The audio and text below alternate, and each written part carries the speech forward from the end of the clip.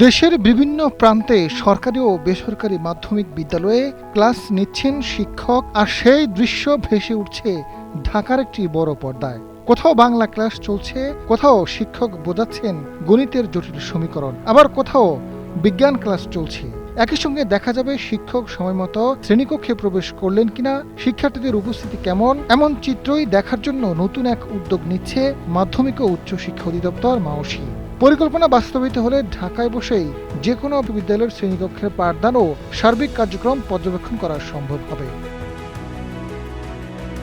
মাওসী জানিয়েছে, প্রাথমিকভাবে এ ব্যবস্থা একযোগে সব বিদ্যালয়ে চালু করা হবে না, বাস্তবায়ন হবে ধাপে ধাপে। যেসব শিক্ষা প্রতিষ্ঠানে প্রয়োজনীয় প্রযুক্তিগত সক্ষমতা রয়েছে সেগুলোকে কেন্দ্রীয় মনিটরিং ব্যবস্থার আওতায় আনার পরিকল্পনা করা হচ্ছে। পর্যায়ক্রমে সক্ষমতা অনুযায়ী অন্য প্রতিষ্ঠানগুলো যুক্ত হবে। এদিকে এ উদ্যোগের প্রথম ধাপ হিসেবে দেশের সব মাধ্যমিক বিদ্যালয়ে বর্তমান সিসিটিভি ব্যবস্থা, প্রযুক্তিগত সক্ষমতা তথ্য সংগ্রহ শুরু করেছে মাওসী। সম্প্রতি জারি করা এক নির্দেশনায় সরকারি ও বেসরকারি সব বিদ্যালয়কে আগামী 13 জুলাই বিকেল 4টার মধ্যে নির্ধারিত গুগল ফর্মে প্রয়োজনীয় তথ্য জমা দিতে বলা হয়েছে। নির্ধারিত সময়ের মধ্যে তথ্য না দিলে বিধি অনুযায়ী প্রশাসনিক ব্যবস্থা নেওয়া হবে বলে নির্দেশনায় উল্লেখ করা হয়েছে।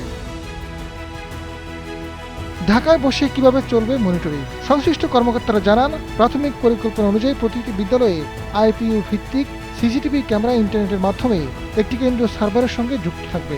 সেখান থেকে অনুমোদিত কর্মকর্তারা প্রয়োজন অনুযায়ী নির্দিষ্ট বিদ্যালয় বা শ্রেণীকক্ষ নির্ধারণ করে তাৎক্ষণিকভাবে পাঠদান কার্যক্রম পর্যবেক্ষণ করতে পারবে। মাওসীর মহাপরিচালক প্রফেসর ডক্টর খান মঈনুদ্দিন আল মাহমুদ সোহেল জানান, কেন্দ্রীয় অনলাইন মনিটরিং ব্যবস্থাকে কেবল নজরদারির উদ্যোগ হিসেবে দেখার সুযোগ নেই। এই উদ্যোগের লক্ষ্য শিক্ষা ব্যবস্থাকে আরও কার্যকর, স্বচ্ছ ও তথ্যভিত্তিক করা।